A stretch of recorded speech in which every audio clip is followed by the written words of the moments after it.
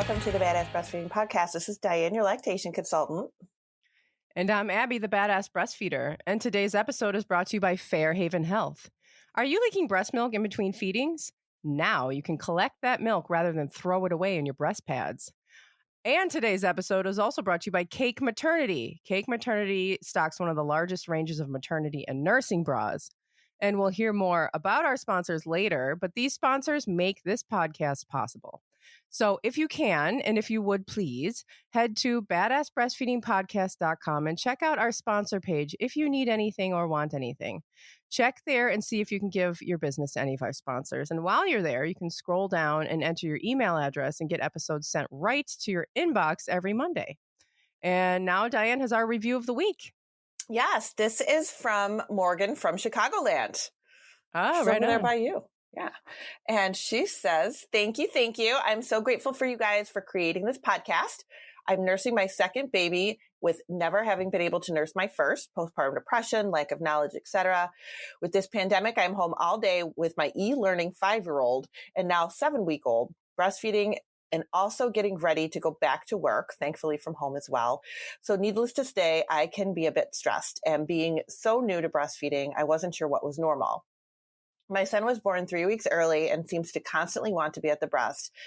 And without having many people in my life who've breastfed, let's be honest, I have 3 friends who've breastfed their children, but those are all the people I know.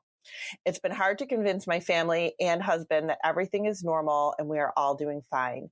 I love listening to you guys in the middle of the night, and I have to try not to laugh or yell, yeah, that's right, when you guys are outraged at something ridiculous, and you really make me feel like I can do this, and what we're going through with breastfeeding is normal. I love that I have another resource in my arsenal as well that I can refer my loved ones to when they don't want to accept my word. Thank you so much, and keep doing what you're doing. You are both a godsend. Oh, what a nice review. Thank you. I know. Thank you. And congratulations on your success the second time around. That's really hard when the first time was such a struggle, and, you know. And you have all the family around, like, I know. Like, filling your head with stuff. And you're trying to e-learn a 5-year-old. Like, oh, man, you're the godsend, girl, because I don't know. That's some hard stuff. So I can't, people are like, oh, are you like, how are your kids with the e-learning? I'm like, we're homeschooled. We're not doing that. I can't imagine. I cannot even wrap my brain around trying to get my kids to sit in front of a computer all day. I know. And I can't even imagine it. I can't imagine them sitting in a classroom. And on top of it, I can't imagine them sitting in front of a computer all day. It wouldn't happen. I know. You'd be called to the principal's office every day. I'd be sending them to the principal's office down the hallway. Oh, you're in detention. Let's go. So thank you for the review. We love it. She put this one on iTunes, which is great. It really helps the podcast a lot. So if you can do that, that's awesome. If not, you can always send us an email, badassbreastfeedingpodcast@gmail.com. And we get those too. So thank you so much. Today, we are talking interventions, nipple shields. People ask us about those all the time. I think we've talked about them, but it's never been like an actual episode. Right. Maybe. Right. I don't know. We have like how many? Like 880 episodes at this point. I don't know. Like, oh yeah, back in like this date, we talked about nipple shields. I have no idea. So yeah, so we're going to talk because I mean it comes up quite a bit, right? Yeah, and then when people ask, we can be like, oh yeah, here's this episode about that. That's what I always say. Sometimes I'm like, we need to do an episode on this so I can refer it to people when they ask, because people ask about this a lot. So it's like actually the podcast becomes a resource for us too. I know. Yeah, it's really helpful. You guys aren't the only one that get a use out of this. So. It helps us help you. Yeah, help us help you. So the nipple shield thing, we're going to talk about that. And also other interventions that are being used out there. So like interventions like the supplemental nursing system or pumps. See, I consider pumps a tool. Mm-hmm. And people might disagree with that because some people, I think, have the idea that pumps are a necessity. But I really feel like pumps are a tool. Hakas, milk savers, all those things are great tools to use for breastfeeding, but they're just something that we have to kind of help us along, interventions to help us along if we need them. Yeah, and certainly pumps if you have to work. Right. Become a Right. tool that you have to have and you have to learn and you have to, utilize. Yeah. But they're not like necessary, Right. They're like, not necessary for breastfeeding. no, you don't Right. need to have one. So let's start with nipple shields. We're going to talk about those first because they seem to be, I mean, they're kind of popular. They're They're kind very popular. There's a lot of people using nipple shields. of, mm-hmm. And are they overused?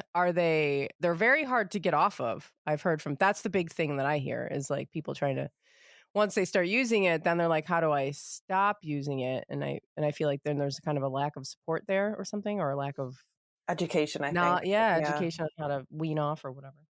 Well, I think one of the important things to remember with nipple shields, and this is really important to remember, is that you really should be working with a lactation consultant if you have one or if you're using one. And sometimes you'll get it, like if you're in the hospital, they'll say, oh, here's your, we'll give you a nipple shield, and I'll talk about more about that in a minute. But then, obviously you're not in the hospital for your whole breastfeeding duration. So you leave the hospital and you're on this nipple shield, and then you're like, okay, now what do I do? Oh, it's like the same thing with supplementing. Here, just supplement, your milk will come in and everything will be fine. Right. And then you go home and you're like, how do I stop? There's no... Right. Now what do I do? What happens now? Now that I have this, nipple shield, now that I'm doing this supplementing, like what do I do with this? So you should be working with a lactation consultant. What I have seen is when breastfeeders come out of the hospital with a nipple shield, they often do not know why they even have it. And there are specific reasons why we use them. One of them for pain. So if you're having a lot of pain with a latch, or you have like nipple damage, that can be very helpful. But why are you having that pain? That has to be figured out. You can't just like, it'd be like putting a Band-Aid on it and then you just keep re-injuring yourself. Just keep putting that Band-Aid on instead of figuring out why you're bleeding. You can't, it's just a Band-Aid until we figure out what's going on.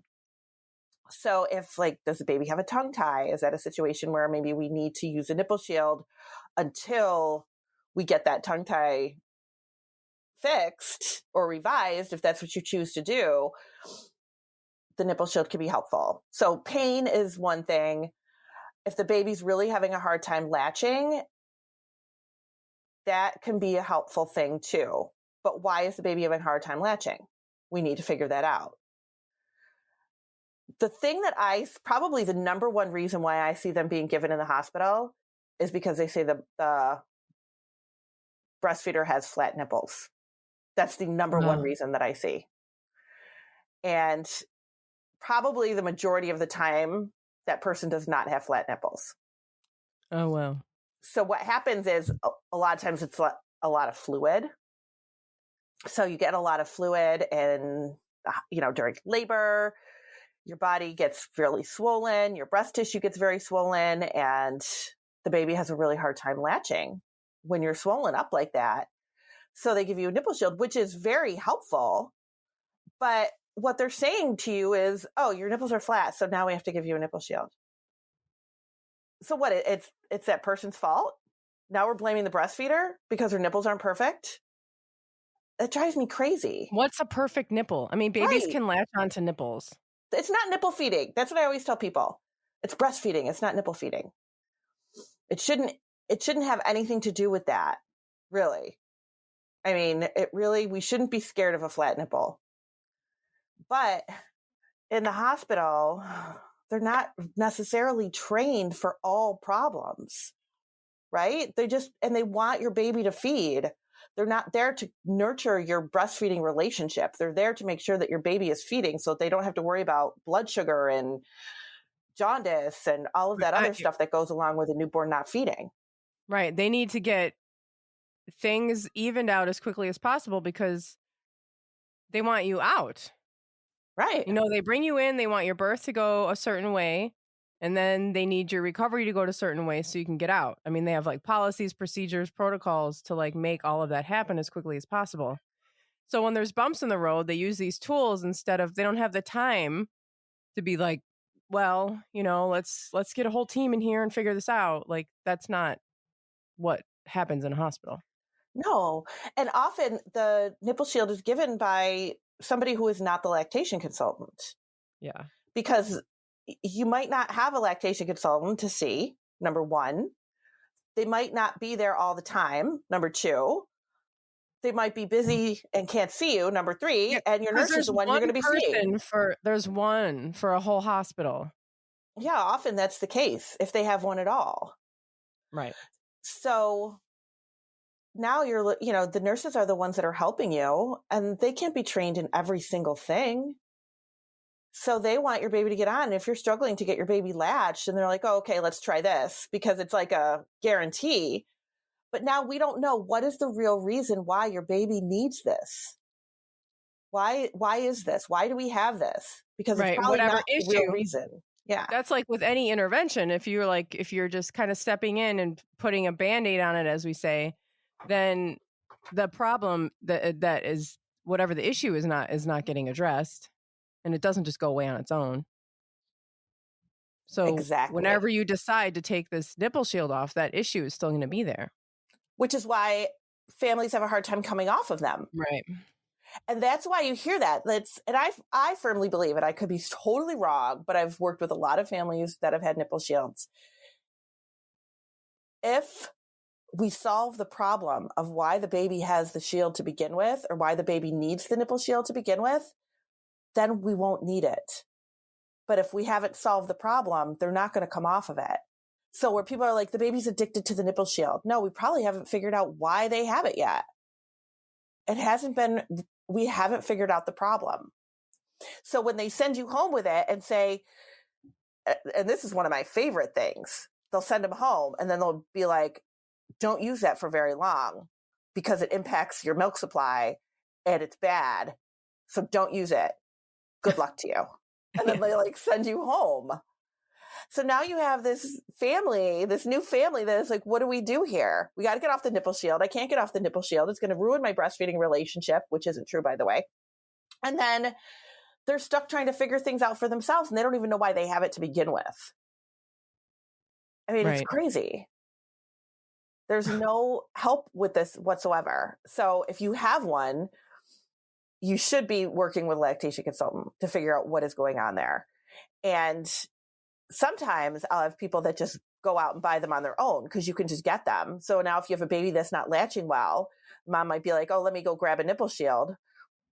Okay, so why do we have it? What's happening here? So you really should be working with somebody to make sure that the problems are solved. Now, the other thing with the nipple shields is that they work really well with early babies, with preemie babies. And preemie babies are really struggling to latch, or they don't have the strength to feed well. Those nipple shields can be very, very helpful. So whereas some people kind of really discourage the use of nipple shields, they can keep breastfeeding going while we figure out the problem of what's happening. So they're not all bad, but they don't get the follow-up that they need because it just isn't encouraged and they're not used the way they should be used, I guess is what I'm trying to say with that. Yeah. The other thing I see a lot with the nipple shields is that new parents are told, if you're using a nipple shield, you have to pump all the time because the baby does not stimulate the breast supply or the milk supply well if you're using a nipple shield. I have yet to see good research on that. There's really not good research on that at all. And if anybody else out there has any, I would love to see it because I have looked and I really cannot find any good research on that. In fact, I find just the opposite, to be quite honest. But if you are using a nipple shield and you're feeding your baby and you're pumping on top of it, then the families that I have seen end up with a huge oversupply problem. And that's not something that we want either. So there has to be a really good balance. You need to really be knowing what's going on here. And we have to just figure out, the main thing is to figure out, why do we have this nipple shield to begin with? It's helpful to keep your breastfeeding relationship going, but you need to know why. Why do we have it? Why are we using it? And we need to fix that problem. Yeah. So do people come to you a lot with nipple shield issues? So me, most of the time when I hear about nipple shields, people are saying, I'm using a nipple shield and I'm trying to get off of the nipple shield. And they Mm, always seem to be kind of confused about why they were using it to begin with. You know, they just got it in the hospital. yeah. They've been on it since the beginning, but they want to stop using it, but they don't know how. Yeah, it's hard. Yeah. And you feel like they're a pain. I mean, they're very helpful. They said they really can help to keep your baby at the breast. But then you're kind of dependent on this other thing to help you feed your baby. And in the middle of the night, and it's another thing to wash, and then the dog ate it, and it's just like you just can't just stick the baby on and that's it. You have to mess around trying to make sure you have your shield with you. And it's really hard. Right. I And mean, if I have you, definitely had babies where I was like, the mom was like, I have a nipple shield. I'm like, okay, let's try without it. And the baby goes on great and never needed it to begin with. But the nurse in the hospital couldn't get the baby latched well, or couldn't guide the mother to get the baby latched well. So they used a nipple shield. So now this mom, for the first 3 or 4 days of the baby's life, is thinking, I can't do this on my own. I need help. yes. And let's talk about more about that after a word from our sponsors. Yes. Today's episode is brought to you by Cake Maternity. Cake Maternity is a nursing bra specialist, passionate about breastfeeding and the many benefits it offers for parent and bub and the environment. Breastfeeding, while natural, doesn't always come naturally to everyone. That's why they have made it their mission to empower breastfeeders as they mindfully navigate the world of parenthood and help make breastfeeding easier through experience-driven innovation. Cake Maternity stocks one of the largest ranges of maternity and nursing bras, which includes seamless, sleep, flexible wired, non-wired, sports, padded plunge, t-shirt, and fuller busted bras in sizes ranging from 30A to 42K. With 13 years of experience under their belt, Cake Maternity is renowned for their quality, fit, and support. Cake has you covered for your maternity and nursing bra needs. Head to cakematernity.com and use code BADASS15 for 15% off of your purchase. Today's episode is also brought to you by Fairhaven Health. The original Milk Saver is designed to wear on the opposite breast while breastfeeding, but sometimes we're leaking in between feedings when we're on the go or at work. The Milky's Milk Saver on the go is a discreet and comfortable breast milk collection system that requires zero effort on your part. You simply slip them into your bra while your milk collects inside of them. When you are ready to empty them, you pour your milk into a storage bag to add to your stash or to use for any of the dozens of uses of breast milk. They cannot be seen under your clothes. They are small enough to carry in your purse, and they're reusable. These can also be used to protect sore or cracked nipples while they heal, as they create a small, open, and protected area around your nipples. Save your precious breast milk, money, and the environment by cutting down or even eliminating the use of breast pads. Breast milk is worth saving. Check out the Milky's Milk Saver on the go at fairhavenhealth.com. That's FAIRHAVEN health. And use code BADASS for 15% off of your purchase. These sponsors and their promo codes can be found in our show notes under this episode on badassbreastfeedingpodcast.com. Our show notes also include further information about things we talk about in this episode, and also at badassbreastfeedingpodcast.com. You will also find breastfeeding resources, all of our other episodes, and information about scheduling your very own one-on-one online lactation consultation with Dianne. And I have a shout out of the week. A shout out goes to Dianne's new friend, Tanisha Evans Marin, I think it is. Yeah. You can find her on Instagram at Just For You Doula. She's a Donna certified doula, CLC, and childbirth educator in Harlem, New York, community-based doula. And there's more information at justforyoudoula.com. And this is a beautiful news feed of breastfeeding information, awesome not just breastfeeding, birth and pregnancy information from Tanisha Evans Marin. She also trains doulas. So if you are in the New York City area and you are looking into becoming a doula, reach out to her. She can hook you up. Yeah, Just For You Doula. So you can get your training there. Head to justforyoudoula.com. Awesome. And that's all I got. And so what I wanted to say about the nipple shields is like people say to me, I'm not a lactation consultant. So like when things like this come up, I'm like, I'm going to refer you on. But people say, I can't get off of the nipple shield. I'm trying to get off of it. So then it's like, well, why are you on it? Well, I mean, he was having some latching issues in the hospital, and so then they gave me a nipple shield. Okay, well, what were the latching issues? Well, I don't know. He just wouldn't latch. Okay, so this is the thing, is that there was a problem from the beginning that is still here. Hasn't been dealt with. So it's not just like, let's use a nipple shield and then let's have information about weaning off the nipple shield when we're ready. Because for whatever problem you're using the nipple shield for, that problem needs to be solved. Otherwise, you can't just get off it. Right. Because the baby still won't latch. I mean, the baby has like a tongue tie or something, then it's still not going to be latching well. And that doesn't go away just because you're using a nipple shield. It's just shielding the problem. Right. But the other thing with it too is, they say, okay, nipple shields can impact milk supply. That's one of the big arguments about nipple shields. Nipple shields can impact milk supply. And like I said, I've really not seen good research on that.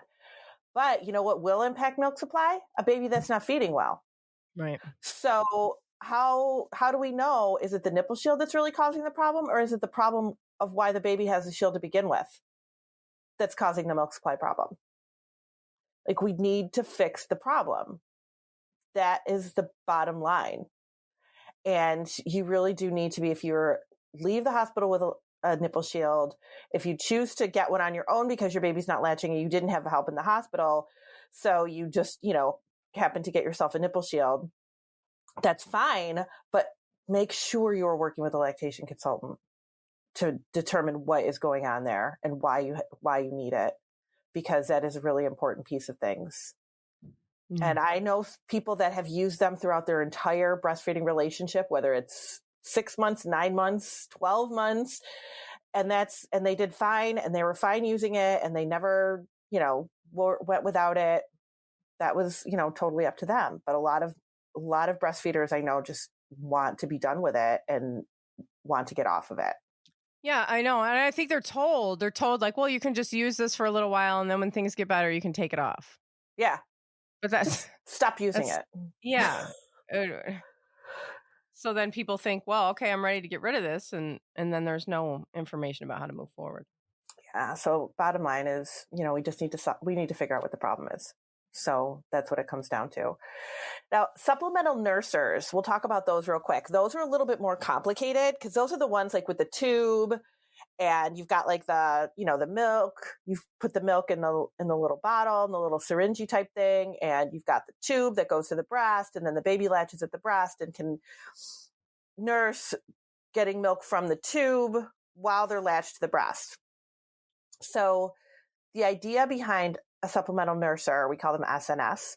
The idea behind those is wonderful. Like, in theory, it is a great idea because you're supplementing your baby right at the breast. It's a time saver. It can help. It keeps the baby at the breast, stimulating your supply. Like, it can really be fantastic. We've seen families use those for adopted babies. We've seen them use them for newborn, for like early newborns that need that extra supplementation.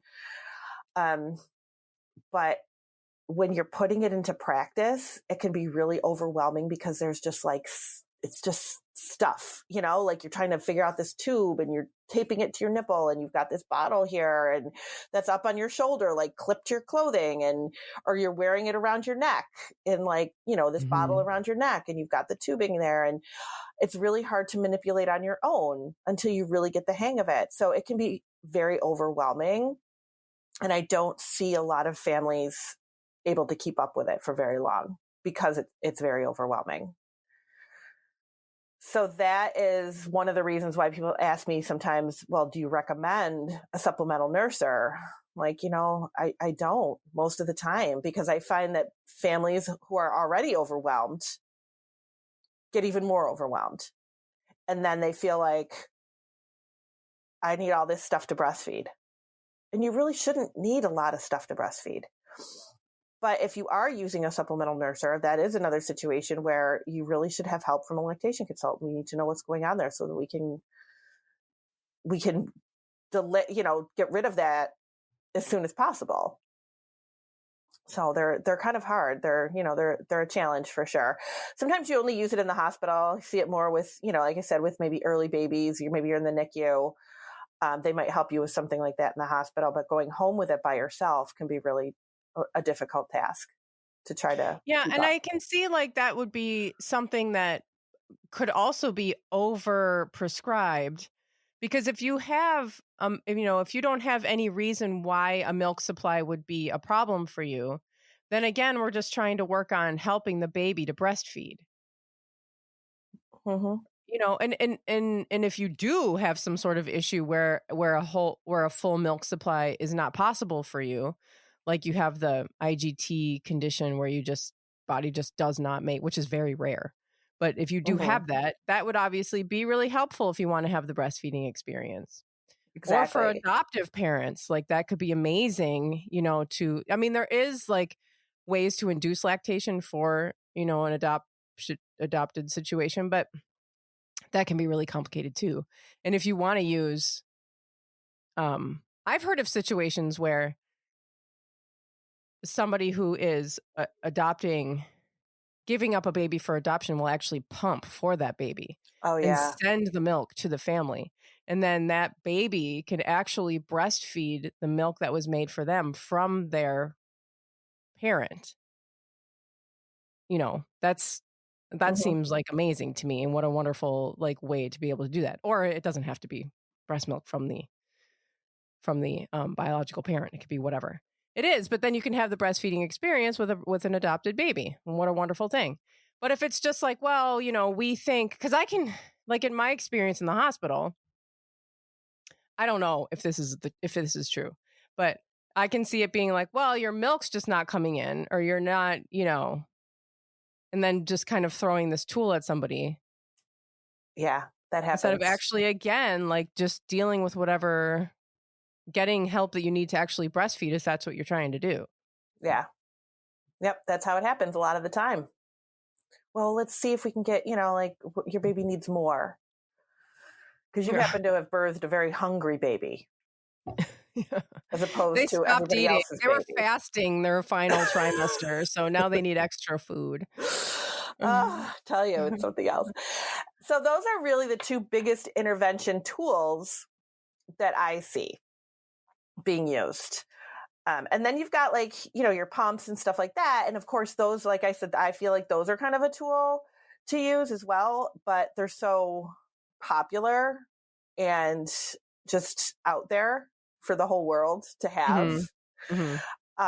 That, and then the thing with the pumping, I think everybody, when you're pregnant, you're like, oh yeah, I'll pump. And, it sounds like this great idea. I'll pump so other people can feed, and I'll pump when I'm at work, and it's going to be great. And then you have this baby and it's like, oh my God, I don't want to pump. It's just one more thing. And you have to pump when you're at work. So why would you want to pump at home? And it's just, ugh. Well, I feel like this is one of the things that's overprescribed too, because you get into the hospital and then they're like, okay, well, so breastfeed for, 10 minutes on each side and then pump. Which is ridiculous. Why you're taking your baby that is the most efficient breast stimulator known to man, and we're putting on a machine. Yeah. Because this is somehow supposed to help your milk come in. But that's not how it works. And you don't need a pump in order to make breastfeeding happen. If you work and you need to be away from your baby for any reason that you need to be away from your baby while they need to have milk during the day, then you need a pump. You have to have that. That's the tool that you're going to use to function to give your baby breast milk while you're not there. But we have taken pumps and made it into a thing that we just tell everybody they need. Okay, Mhm. okay, you're planning to breastfeed. Okay, so we'll get you a pump. Why? Right. What's the reason? Because you're breastfeeding and then you're going to pump in between feedings to help your milk come in? No, don't do that. So that everybody else can feed your baby? Well, okay. So if somebody chooses to do that, fine. I'm not going to speak on what people choose to do, but yeah, but you don't have to do that. No, it's And not a necessity. it's not a necessity. It's not even the best way to get your milk to come in. It's not Right. even the best way to create and establish your milk supply, Right. which is, I think, is what we're told. Pump in between feedings to help your milk come in. And the pumps are ridiculous now. It's like they are so unbelievable that I'm surprised they don't come with milk. Like they're so unbelievable.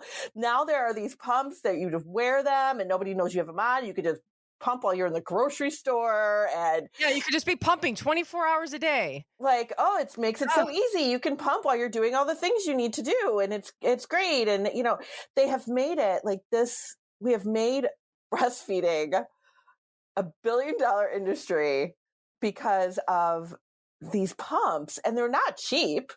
no. And now you're stuck with more things to wash and more things to do.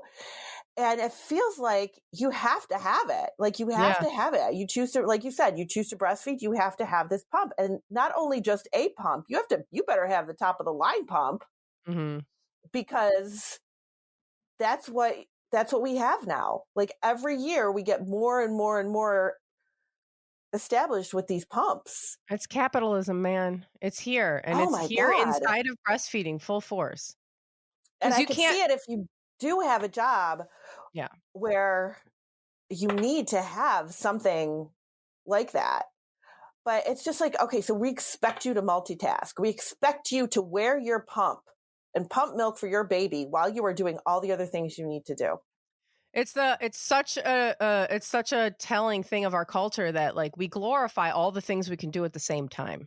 Yeah. Right? Like look at the 8 things I'm doing at the same time. If you sit down, you're a lazy MFer. Mm-hmm. And like, if you look at this super parent like running around with her cape on doing 8 different things at the same time and pumping too. Like It's exhausting. it's totally overwhelming the expectations that we put on ourselves and each other. And that's just all, it's like, again, it's all capitalism. It's all just this marketing of these products that you need to have. And you need to get this done. You need to be doing that. You need to be doing that. And don't you need to be doing this? And you need to be doing that. And so you can buy this and this and this and this and this to get these things done. I mean, the It's best thing you can do is lay down with your newborn baby and lay there and do nothing. just And I always, realize that's also unrealistic because we all think that we need to be doing all these things, and there's many things that we do need to be doing. But as close as you can get to that is the direction that we should be going. and it's heartbreaking to me when I see new parents that are breastfeeding, pumping. It's just enjoy Yeah. your baby. You're handing your newborn baby off to somebody else to hold while you attach yourself to a machine. Yeah, right. I mean, the bottom line is you do not need a pump to make breastfeeding work. You need a pump to make being away from your baby work if that's something that needs to happen, but you do not need a pump to make breastfeeding work. Yeah. If you're doing all those things, definitely consult with a lactation consultant and find out why you need to be doing all those things. And if you're like, okay, breastfeeding is established, it's working, I want to, get myself a stash for when I go back to work, that's fine. Like, that's not what we're Yeah. talking about. We're talking about, families that really have the idea in their head that the minute that baby comes out, they have to start pumping or breastfeeding's Right. not going to work That's for them. not even a good idea because you're going to No, end up it's with an not. oversupply and it's going to be all messed up. And the other thing is that we think that we need to have a giant stash before we go back to work. And you don't need to have that giant stash. You do not need to have the picture on Instagram of the thousands of ounces of milk in the freezer. That Mm-mm. is an oversupply. That is probably somebody who's donating the milk. You need to have if you're going to be pumping at work, the amount of milk you need to have is that day's milk. Yes. Because then you're pumping the next day's milk. If you want to have an extra day in there, fine. But you do not need to have that entire giant freezer stash. And that's another thing that starts people. I got to start pumping now. I got to go back to work. No, it's Don't do that right away. No, that's too much to do. Enjoy your baby. sit back and enjoy your baby. But bottom line, if you are using some kind of tool or intervention to help your breastfeeding along, make sure you're consulting with somebody and find out like why you're needing to do that. Because we want breastfeeding to be as seamless and easy as possible for you. Yep. Perfect. Yeah. Thanks for listening. Thank you. Bye. Bye.